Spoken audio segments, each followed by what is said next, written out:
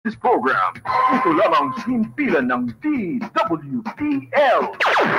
The proceeding program expresses only the opinions and views of its respective block timer, producer, radio announcer, writer, and production staff, and does not in any way reflect the views of this station. The station has advised the programmers to abide by broadcast laws and KBP rules. Every Saturday from 1 to 2 p.m., let's all listen to your TDJ Ferrer, the professional safety and skills advocate on air. All About Safety is brought to you by JLF Projects International Inc. Experienced and skilled people handling your sensitive and expensive machinery. They do rigging, lifting, trading, and transport your equipment safe and economical. If you think safety is expensive, try an accident. Or you could call on them at j.ferrer@jlftransport.com.ph or 0917-862-4995. Every Saturday, from 1 to 2 p.m., let's all listen to your TDJ Ferrer, the professional safety and skills advocate on air. All About Safety is brought to you by JLF Projects International Inc. Experienced and skilled people handling your sensitive and expensive machinery. They do rigging, lifting, trading, and transport your equipment safe and economical. If you think safety is expensive, try an accident. Or you could call on them at j.ferrer@jlftransport.com.ph or 0917-862-4995.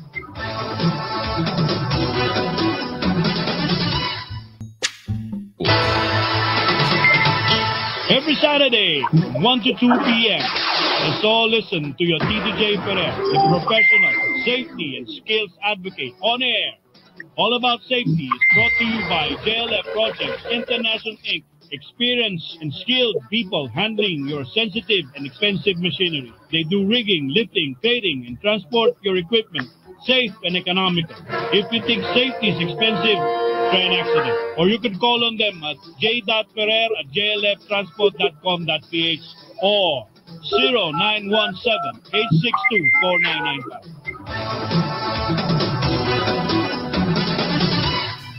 Mula sa top-rated music station ng dekada 80, ang WBL. Tuloy na naglilingkod sa inyo sa pamamagitan ng magaganda at piling-piling programa. Mula Lunes hanggang Linggo, aalawin kayo ng aming kilalang mga komentarista at public service program. Ito lamang himpilan ng DWTL. Every Saturday, from 1 to 2 p.m., let's all listen to your TDJ Ferrer, the professional safety and skills advocate on air. All About Safety is brought to you by JLF Projects International Inc. Experienced and skilled people handling your sensitive and expensive machinery. They do rigging, lifting, trading, and transport your equipment safe and economical. If you think safety is expensive, try an accident. Or you could call on them at j.ferrer@jlftransport.com.ph or 0917-862-4995. Wilcon ang dating.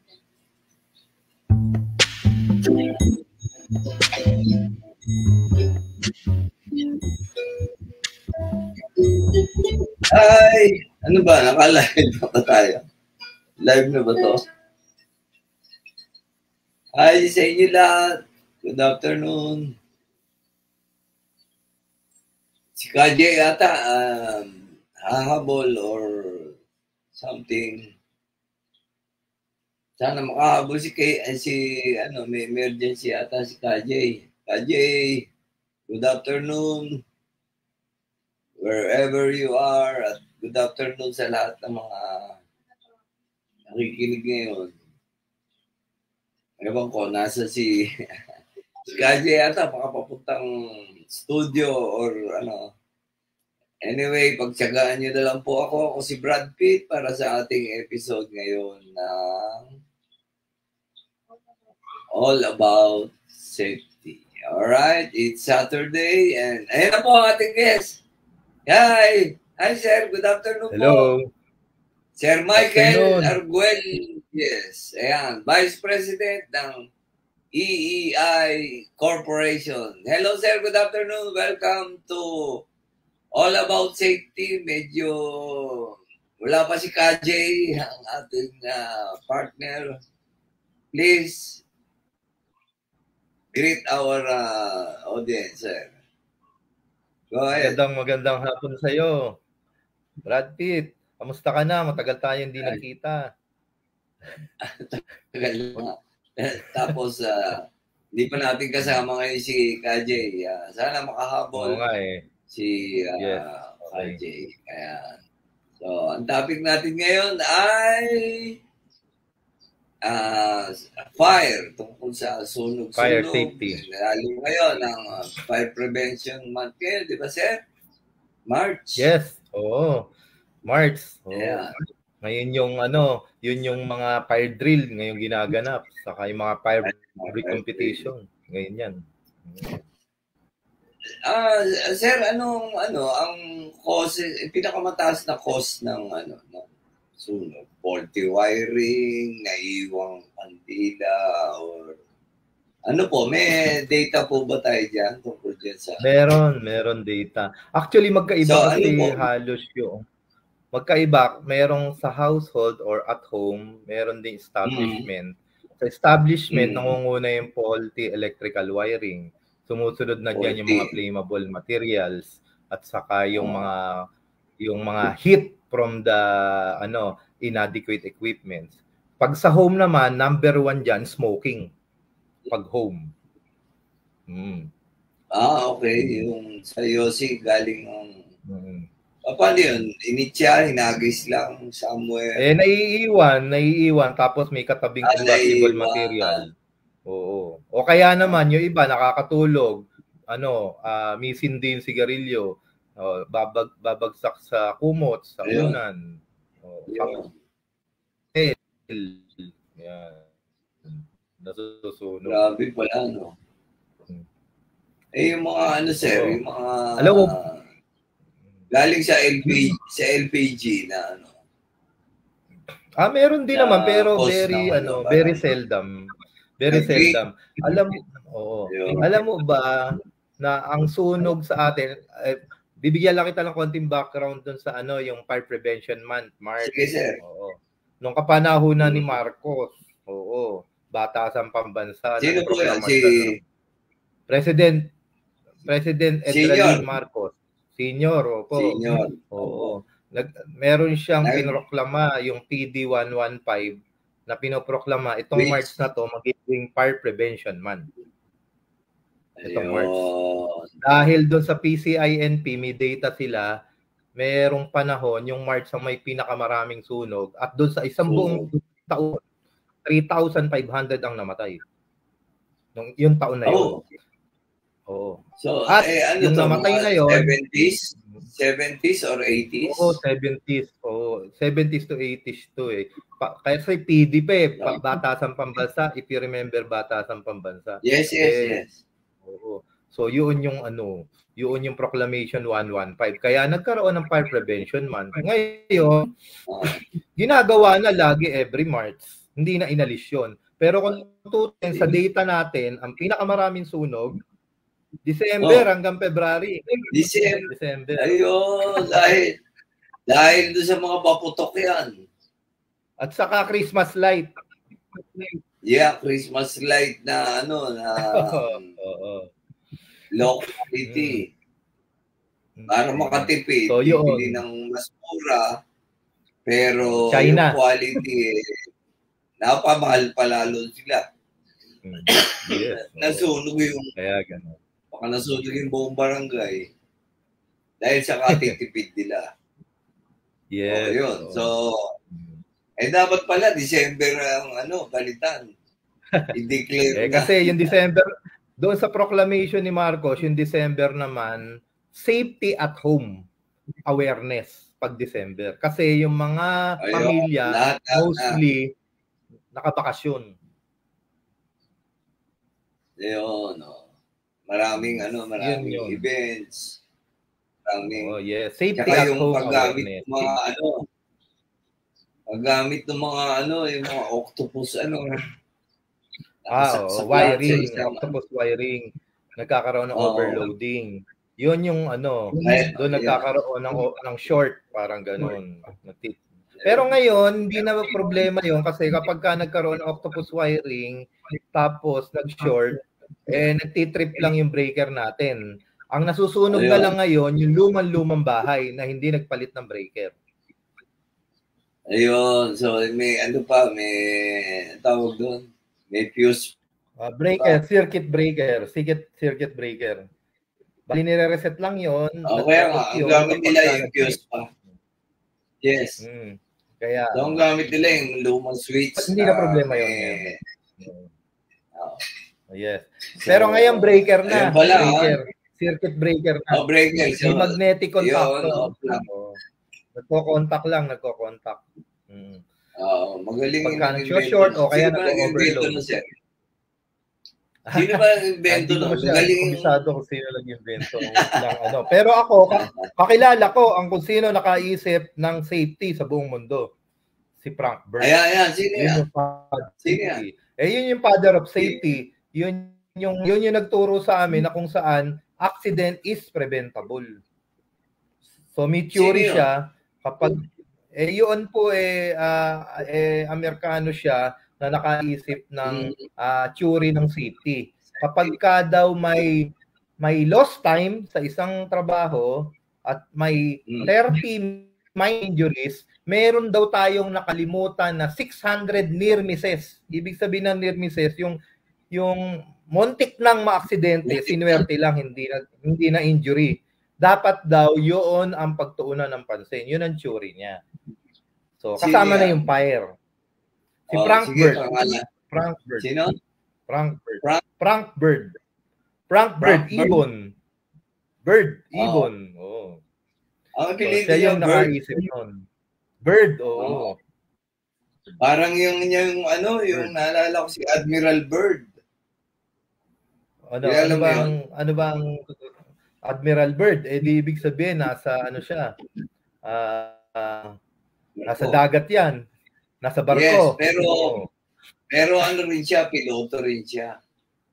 Okay. Ngayon lang ako nakarinig ng Admiral tapos piloto at the same time. Hindi kasi nung nung World War II. Okay. Ito si Bird, after nung war, alam mo kung ano ginawa niya? Pinasok niya yung yung inner earth. Narinig mo na ba yun? Yung core. Yeah. Parang journey. Parang journey. Oo. Yes, kaya pumasok doon sa loob ng sa South Pole, may butas daw doon. Tapos doon pumasok. And then, nakakita niya yung loob ng may sariling mundo sa loob ng yung inner earth na tinatawag. Na hollow earth, oo. Parang humukay, parang midrill, parang tunnel boring. Hindi, yung aeroplano pinasok niya. Aeroplano pinasok? San dumaan yun? Sa butas nung nung sa South Pole, may butas daw doon. Yun yung entrance. Kaya daw bawal mag-flight dyan over doon sa na yun place na yun, tsaka may mga bantay na ngayon. So, bawal, hindi ka makakabalik, no? Baka hindi makabalik. Depende sa kanila. Tapos, hanapin mo yun, hollow earth. Parang narinig. Hindi naman manloloko yan. Bird ang pangalan niya. Bird pala. Yes, naalala ko lang dahil sinabi mo to sa safety. Mas bata to. Yung sa'yo, World War II, ito 1969. Nung nakilala siya, 1969. Kasi ang safety, pinanganak sa Amerika, 1960s lang. 60s lang, mga 65. Ang safety. Late na, no? Late na talaga. Yung standard, may mga standard. Talagang bawal magtrabaho ng walang safety. Mga 1965 na yan. Doon pa lang na-develop. So, dito sa atin sa Pilipinas, 1978. Yun. Sino naman yun? Wala naman. Bali, inadapt lang natin yung US, yung US OSHA. Inadapt natin yun. Kaya yung Yellow Book natin, parehong-pareho ng US standard. Ayun, doon ba? Lahat naman ng nandito sa Pilipinas, base sa Amerika gobyerno natin. Carbon copy. Yes. So, siguro tayo ng Amerika subukan natin dito sa Pilipinas para pagka-effective gawin natin. Pagka hindi, bahala sila sa buhay nila. So, yan ang nangyari. Very American ating structure ng government. Masyado tayong believe sa Amerikano. Siguro, oras na para miwalay. Maraming magagaling na pwede natin pagkopyahan. So, huwag tayong matrap. Hanapin natin yung bagay sa Pilipino. Hindi yung kopya tayo ng kopya, hindi naman bagay sa atin. Kasi iba kultura natin, iba yung mindset natin as a nation. Iba. So, manap tayo na akma sa ating pasensya, akma sa ating paniniwala. Yun ang tama, ang prinsipyo. Oo. Yes. Tagal na natin maglalaban yun eh. Huwag natin isara yung natin na Amerikano lang ang magaling. Maraming bansa na mas maayos kaysa sa Amerika. Magulo rin sila, marami rin silang mahirap, marami silang problema, marami silang utang. And yung bago speaking of America, Brad Pitt, speaking of America, may data ako dyan eh. Yung sunog, diba ang topic natin ngayon, fire safety. Alam mo ba sa Amerika, 2 milyon ang sunog sa isang taon? 2 milyon ang sunog. 2 millions? Oo. A year? Grabe. Tapos 5,000 ang namamatay. Ano naman mga causes? Ang causes niyan, yun nga, 70% ng namamatay na 5,000 sa bahay nangyari yung sunog. 30% sa mga pabrika o mga establishment. So, ang sanhi ng sunog sa bahay, yun nga, smoking. O kaya naman, may mga naiwan na maiinit na equipment, katulad ng bread toaster, yung mga ganyan, coffee maker, nag-iinit, nag-overheat, natutunog sa kitchen. Oo. At ang kahuli-hulihan na pinagkaiba sa atin, wala tayong ganong causes. Ang naiiba, alam mo ba kung ano? Malfunction ang mga smoke detector ng mga bahay ng Amerika. Yun ang nasusunog. Nagmamalfunction. Hindi nila alam, hindi na itatawag sa 911. Parang ganun. Hindi agad na itatawag. Malaki na. Sunog na pag dumating yung yung mga fire authority. Yun ang data ko sa US. Ay, sadali Sir Michael, may nag-react doon yung sinabi ko. Nakikinig sa atin si Sir Kat, 3 hari. Kilala mo yan? Naririnig ko na yan eh. Siya sir yung he's an nuclear engineer. Graduate ng UP kasi nung araw sir may course na nuclear engineering sa UP. Sa UP. Yes. Isa si Sir Kat doon na nakagraduate. So, dapat sila yung nag-aabang doon sa Bataan Nuclear Power Plant. So, hanggang ngayon si Sir Kat naghihintay na mabuksan yun. Naku. And mabubuksan pa kaya yun?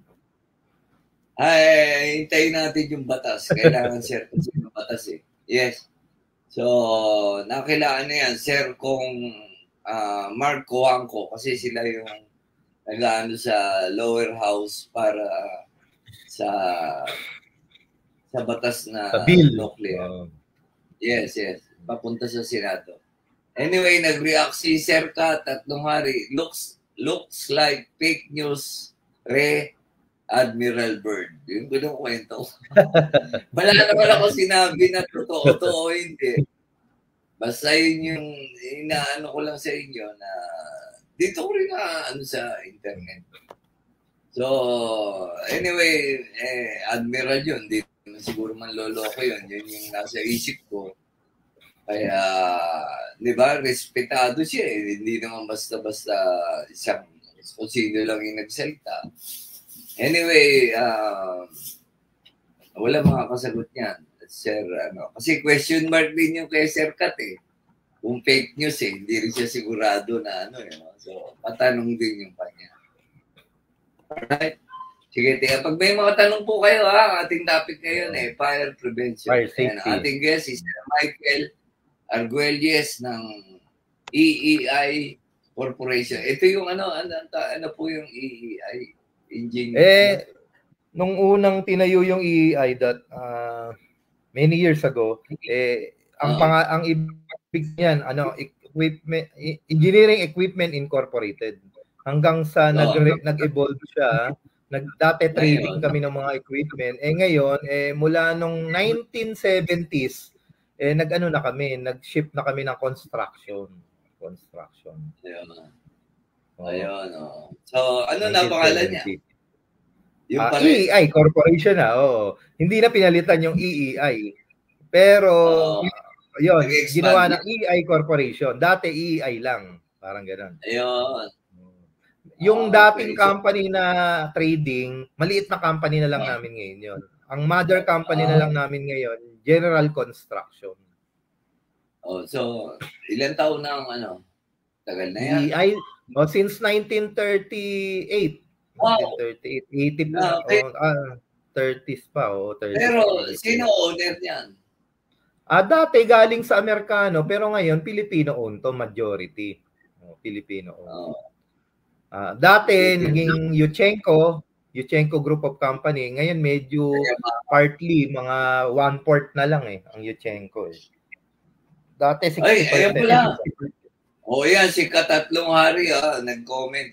I was the LEED consultant of EEI at ADB, third atrium, together with Michael. Yes, I know him. Kakilala ko siya. Magkasama kami sa workshop ni Mr. Tatlong Hari pag birthday workshop. Kasama ko siya sa team dati. Nung may birthday pa. Ngayon yung LED, talagang siya yung practitioner. Kakilala ko yan. Mr. Tatlong Hari. Ayan.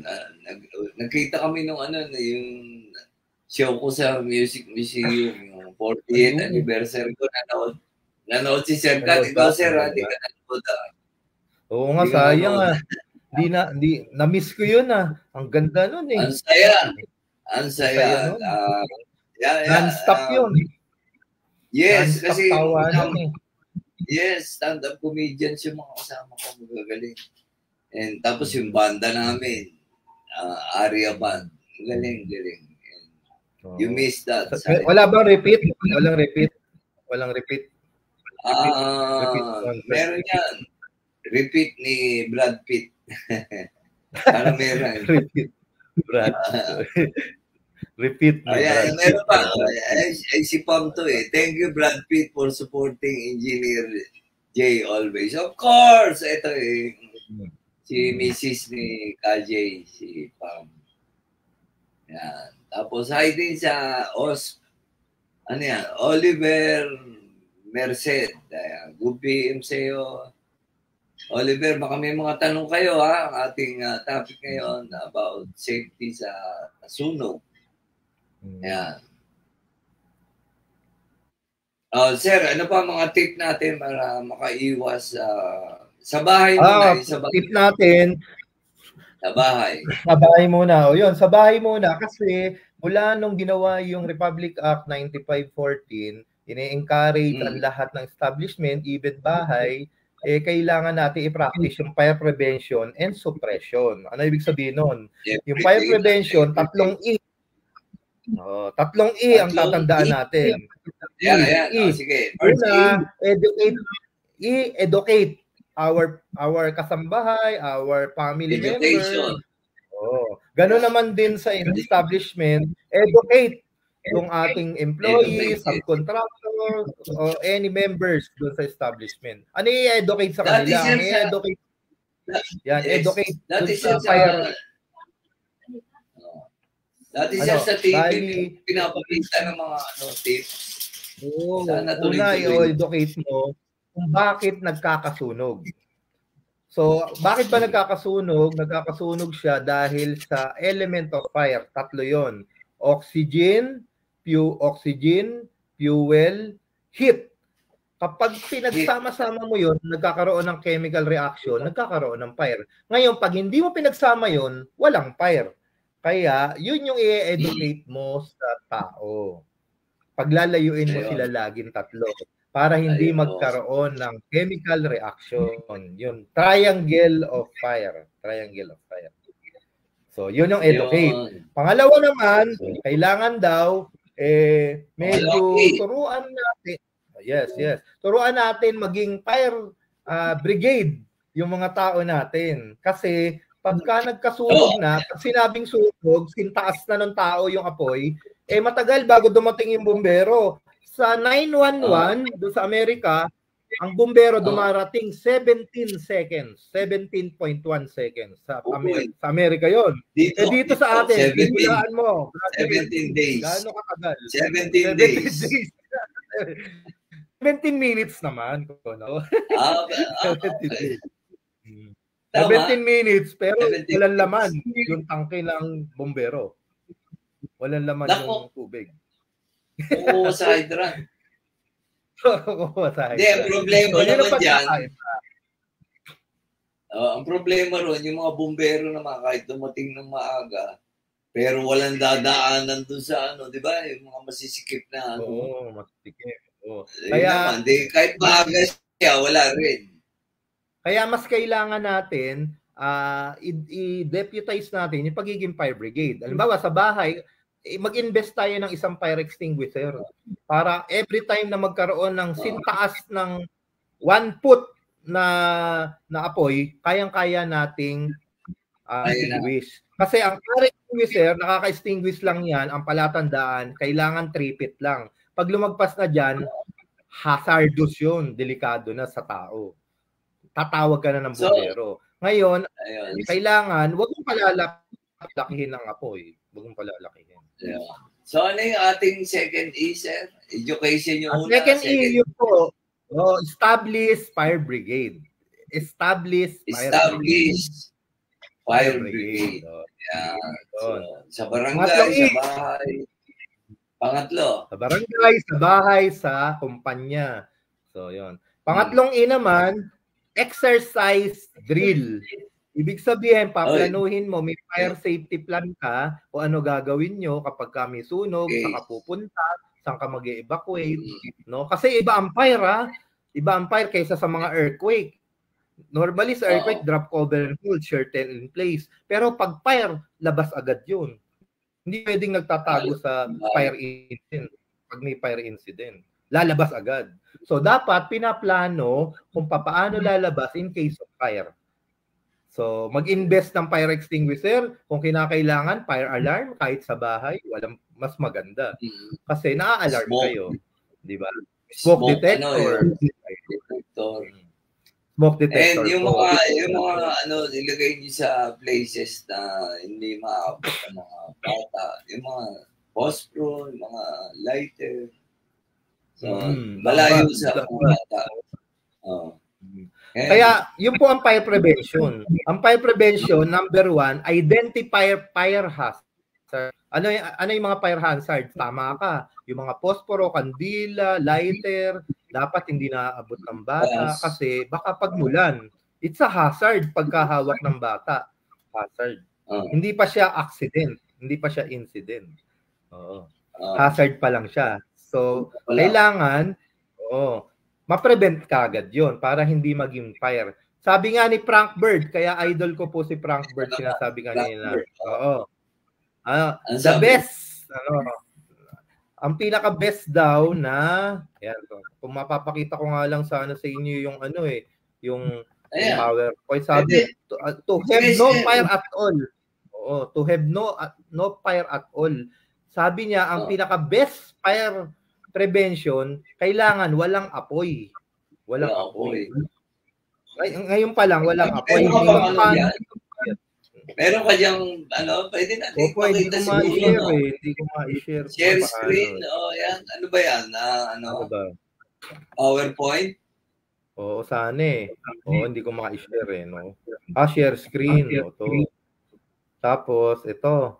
Monitor screen works best on good computer. Ano ba to? Ganyan. Ayan. Share screen. Yan. Ganyan. Alvin, tingnan natin kung ma-share natin yung meron akong PowerPoint. Oo, may PowerPoint. Kaya, yan eh. Hindi ko alam kung paano mag-share dito eh. Ayan, yung sa nakikita mo. Nakikita na ba? Nakikita na yung screen ko? Ayan. Hindi pa. Di ba sa yan? Settings. Saan ba yung nakikita? You're in the show. So, nakikita na kaya yun sa akin? Yan? Nakikita ba yung PowerPoint ko? Hindi pa eh. Sa yan eh? Saan ba yan? Saan ba yung share screen? Di ko rin alam eh. Kaya yun nga sana eh. Natutunan. So yun, tutuloy ko lang. Importante talaga sa lahat is ulitin ko yung 3 E. Unang E, educate. Lahat ng member ng family, even kasambahay, yaya, boy, driver, kailangan alam nila kung paano nagkakaroon ng sunog. Pangalawa, establish fire brigades. Mini fire brigades sa bahay nyo. Kailangan marunong. Hanggat maaari, sana marunong extinguish ng fire kahit nasa bahay lang. Kung walang fire extinguisher, kasi sa bahay, applicable ang tubig. Tubig po. Lahat ng ordinary combustible materials, tubig ang ginagamit. Sa mga factory, hindi basta-basta tubig kasi meron silang flammable materials. Pag nilagyan mo ng tubig, lalong mag-aapoy. Kaya iba sa factory, iba sa bahay. Tulad ng yun, sir? Ano yung chemical na yun na pag inano ng apoy? Dapat alam ng tao yun kasi lalo lalaki ang tendency mo basta apoy, tubig. So hindi pala pare-pareho, may mga chemicals na kamukha nung pinaka-common gasolina po. Pag 'di ba pag sinindihan mo 'yon, nag-aapoy agad. Mataas po kasi ang plus point niya. Meron siyang may limit siya na kung saan mga nasa 25 degrees lang ng heat, mag-aapoy na siya. Sobrang sensitive niya. Ngayon, pag dinarangan mo yun ng tubig, maaaring merong chemical reaction na kung saan makakatulong para lalong magsilbing fuel pa. Ayun. So, yan. Education kasi may certain content kung kailangan ma-dilute ng tubig yung apoy galing sa gasolina bago mapatay. Paano kung isang tabong tubig lang ang binuhos mo doon sa apoy na napakalaki na galing sa gasolina? Lalong aapoy.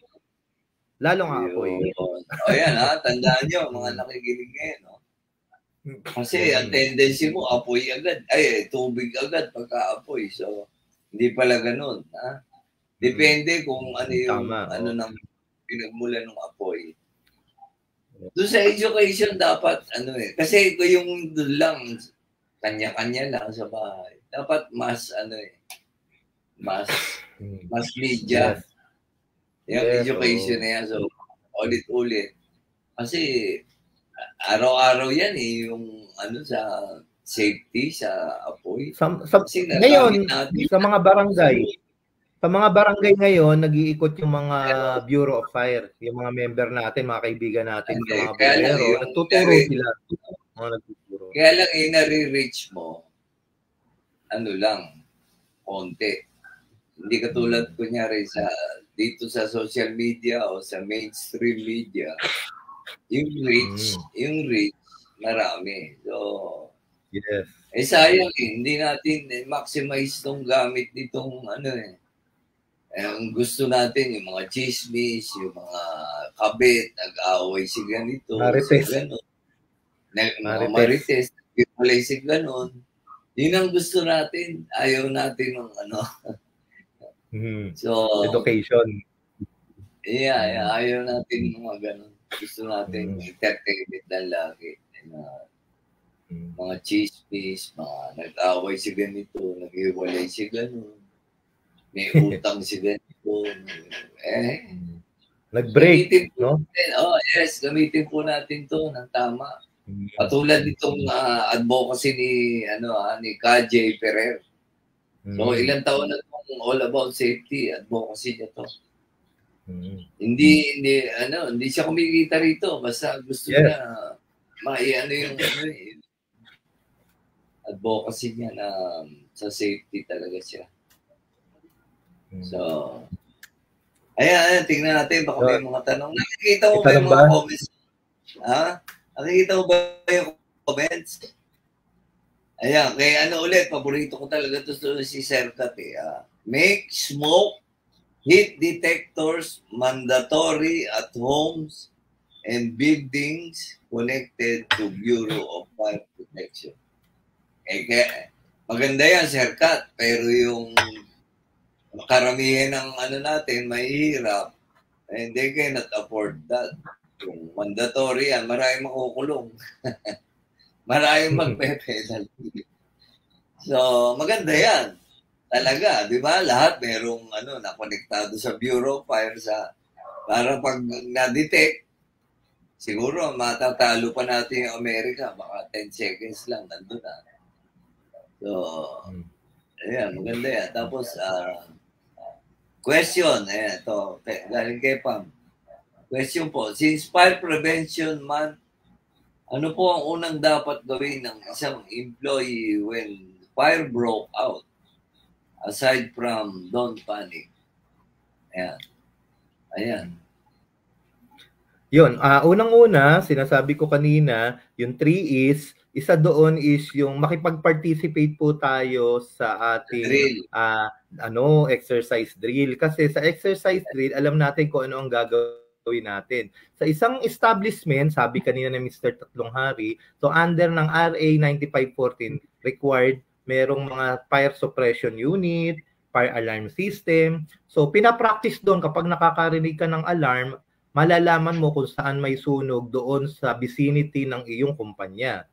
No. So ngayon, kapag ka nakarinig ka ng alarm, no, malayo naman sa iyo yung sunog, yun tama siya, don't panic. Tapos pumunta ka doon sa evacuation area. Hindi kanya-kanyang uwi kapag ka establishment.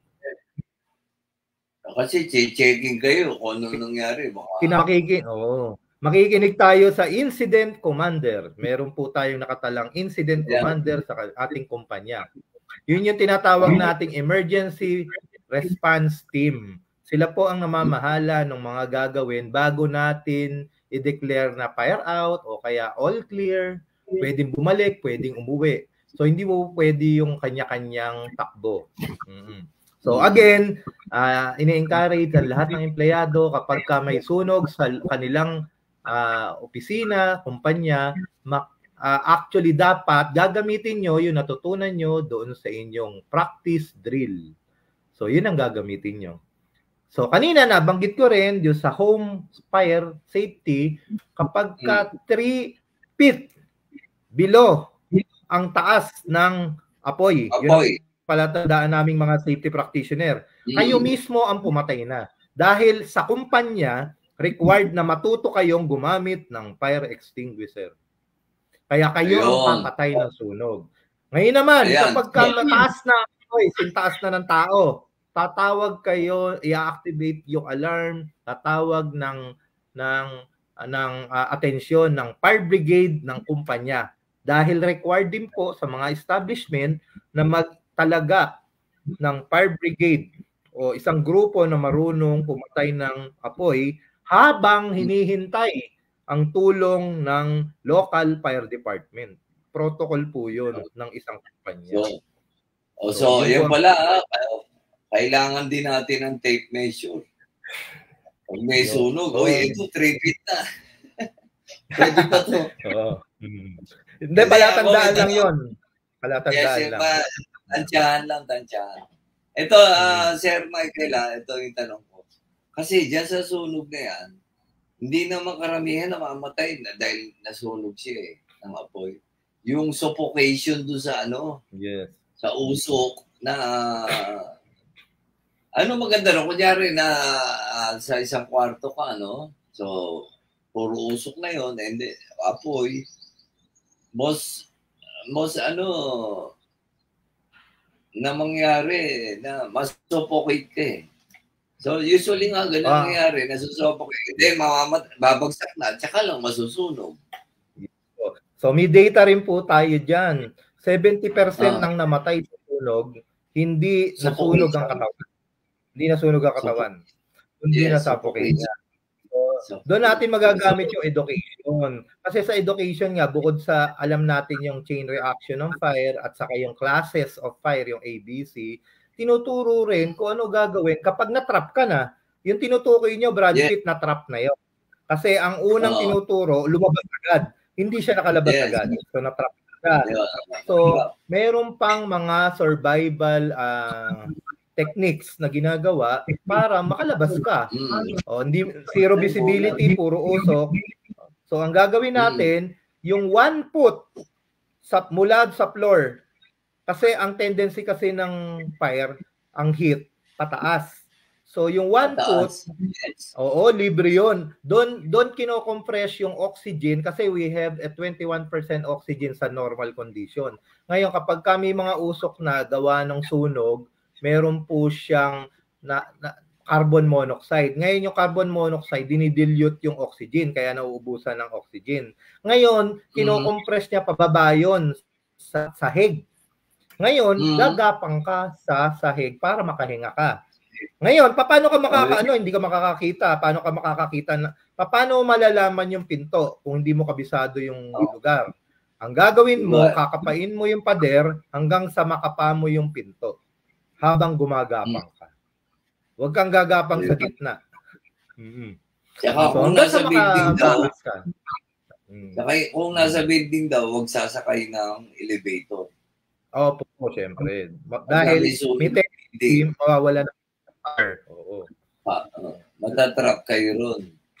Matatrap po, bawal po. Kasi, lalo na kung may fire brigade doon, may ERT, yung utility team, ang unang-unang ginagawa, sina-shutdown kasi hindi natin alam kung ano yung cause ng fire. Baka sa electrical, kapag electrical siya, pag sinutdown mo, nako-convert natin yung cause ng fire from electrical type B, type C, magiging type A, ordinary combustible material na lang. So, bababa yung fuel.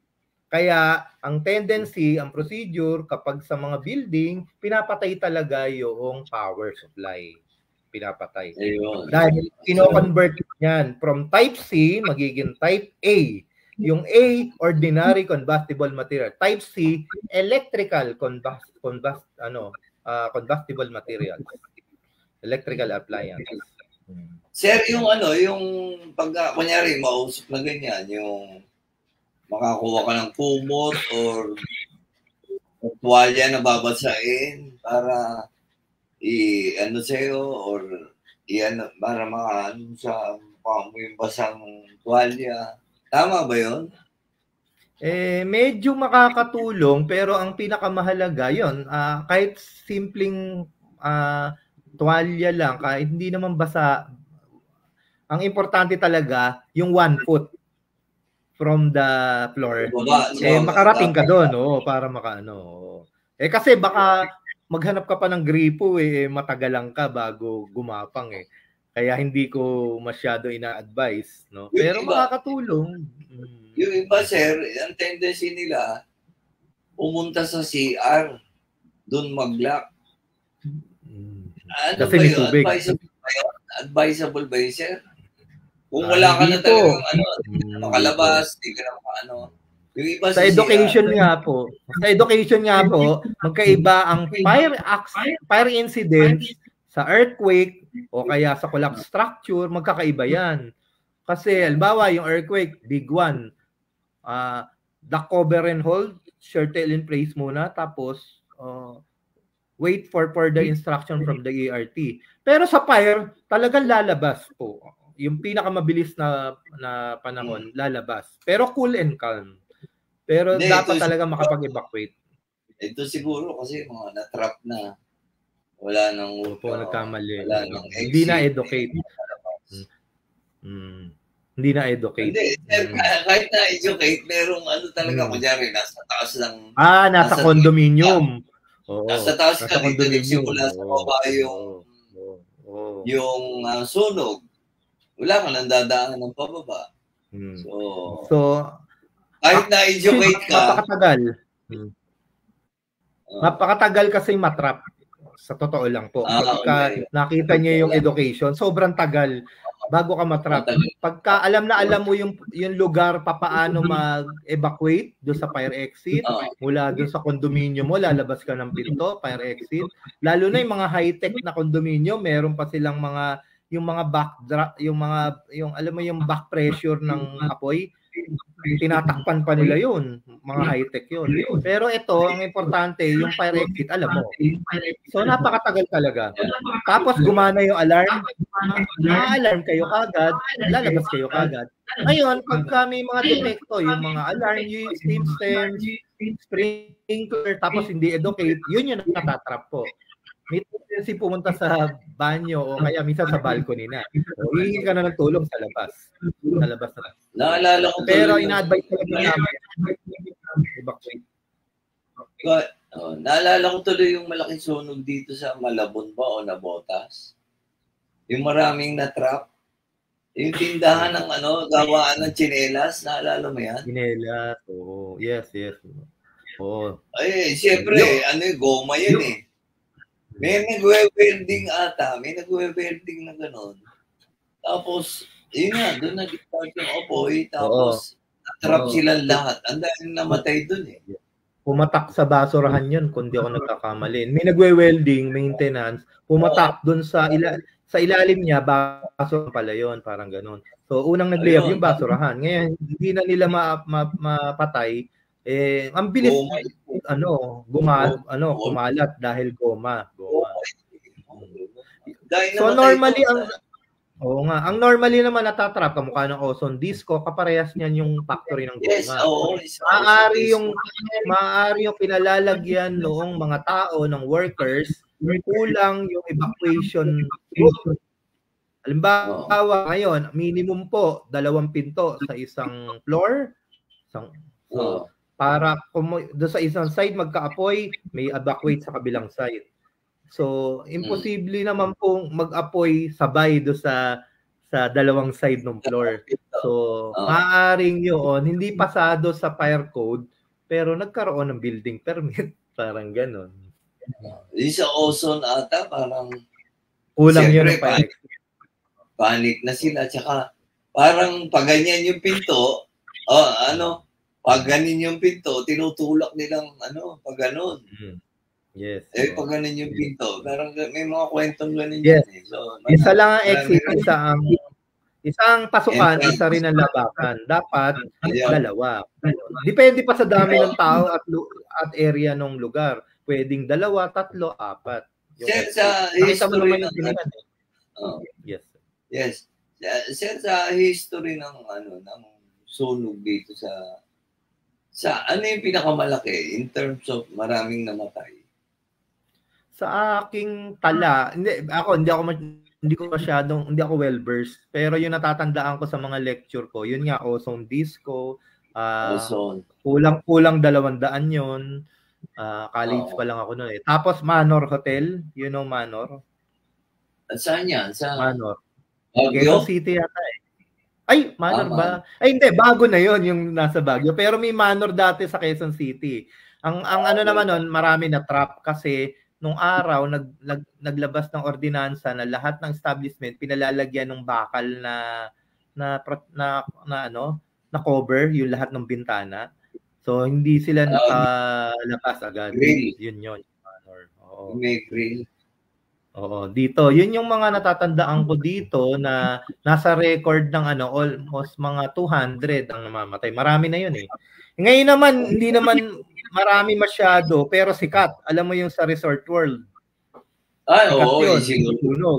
Nasunog yun, pero sikat yun. Oo. Sinadya yun. 30 lang.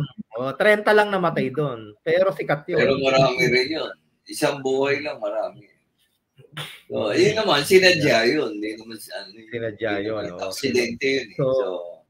So, yun yung yun yung natatandaan ko na maraming namatay, 200.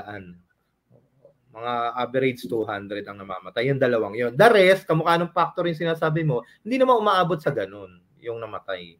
So, Ito, nag-comment English eh. Dahil ito yung sa Tagalog eh, no? Mabuti pa, kayo ba niniwala rito na manakawang ka na, wag ka lang masunugan. Ayun yung sinasabi ni said. Yun, sa education, pinapatunayan lang dyan na mas mahirap masunugan kaysa sa manakawan. Yung manakawan may possibility pang maibalik sa iyo na nakaw pag nahuli yung nagnakaw. Pero pag nasunugan, zero. Ground zero. Upos. So, yun lang. Mas mahirap, no? Pero na lang kung arsonist yung magnanakaw, tapos magnakaw, sinunog pa yung bahay mo, salbahe masyado. Bihira lang naman yun. Ayan, pinapaalala ni Sir Cato, meron ulit akong show, kaya lang matagal pa sa June, sa Music Museum din, yung Music and Laughter. Actually, part 2 na yun. Sana this time, don't miss the opportunity. Nanonood na ako. Matagal pa naman sa June pa. June. Sige, manonood kami ni Mrs. Ayan, June 13, no? June 13. Yeah. Probably sa Saturday or Friday. Miges ba? Miges? Meron. Ang kasama ko si Gino Padilla. So, tamang 80s to eh. Ano ka ba? Batang ano ka ba? 80s, 90s, gano'n, 90s, mga ganyan. Yan. So, kilala mo si Gino Padilla. Gino, close, and ano ba yung mga yun? Isa Pepsi. Oo. Gusto kita. Close your eyes. Close your eyes. Close up. Close up. Close your eyes, get to you. Yeah. At saka galing yung sa boy band. 3 sila. Kung di ako nagkakamali. Yes, 3 yan eh. Si Gino. Gino Padilla. Gino Padilla kasama niya. Kaya siya yung nag-commercial with, di ba? Isa Pepsi, yung babae na, ang pangalan nun, kumanta, roll it on the river. Yung negra. Hindi ko na natandaan eh. Hindi, important to.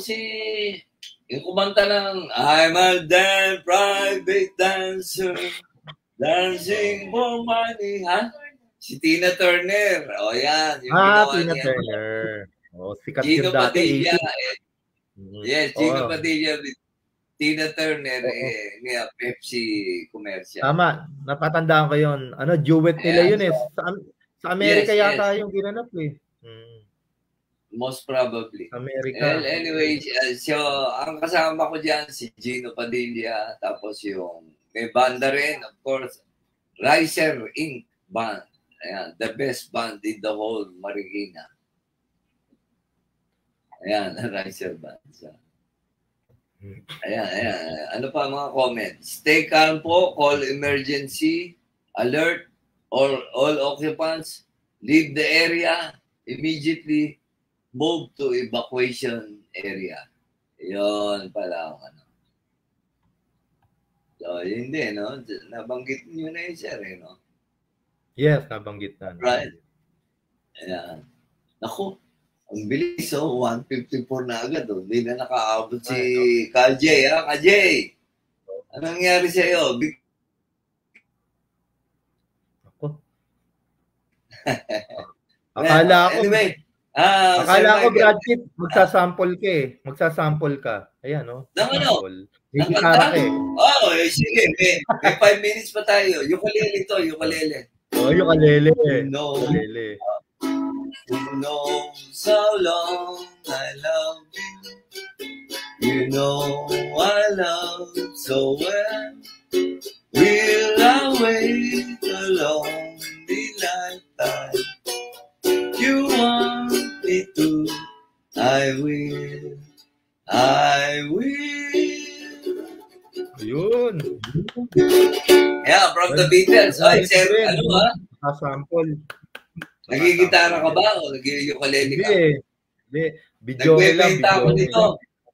Nagbebenta ako nito. Sarili kong brand yan. Oh. Ayan, tignan mo. Iskolele. Iskolele. Yun. Yes, sarili kong brand yan. Iskolele. Oh. Ayan. Tapos meron siyang para ano? Pwede. Electric guitar. Yan. Pick up. So, pwede siya sa amplifier and livelihood na yan. Pwede na kayo mag-basking sa mga sombrero. So, ayan ha. Iskolele, sa akin lang to ha. Pag may nakita kayo sa iba, peke po yun ha. So, iskolele. Ayan. Ang iba kasi, may tuner pa. Ito, built-in.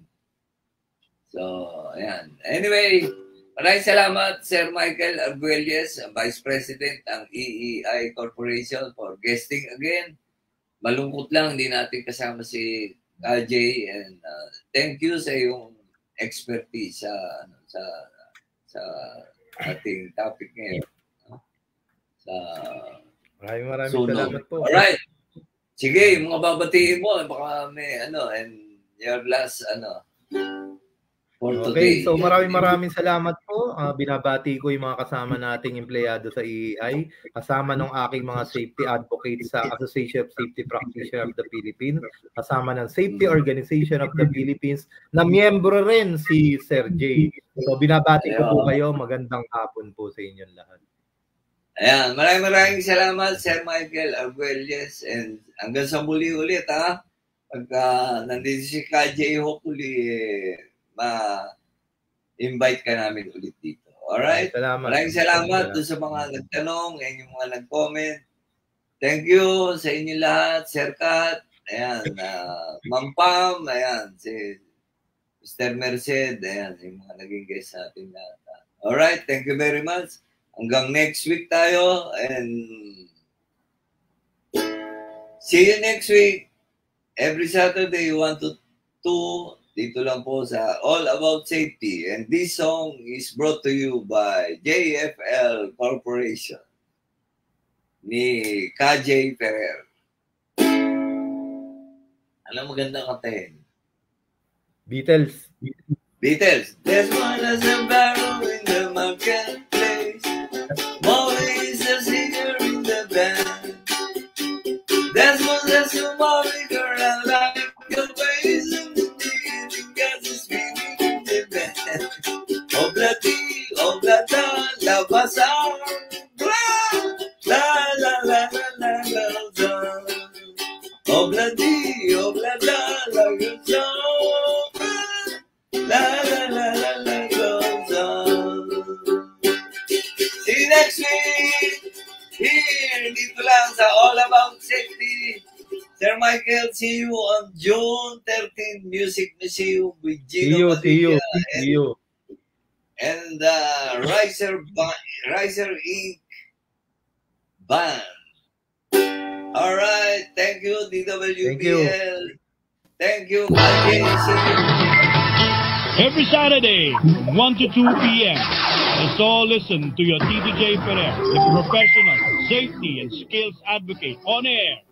All About Safety is brought to you by JLF Projects International Inc. Experienced and skilled people handling your sensitive and expensive machinery. They do rigging, lifting, crating, and transport your equipment safe and economical. If you think safety is expensive, try an accident. Or you can call on them at j.ferrer@jlftransport.com.ph or 0917-862-4995.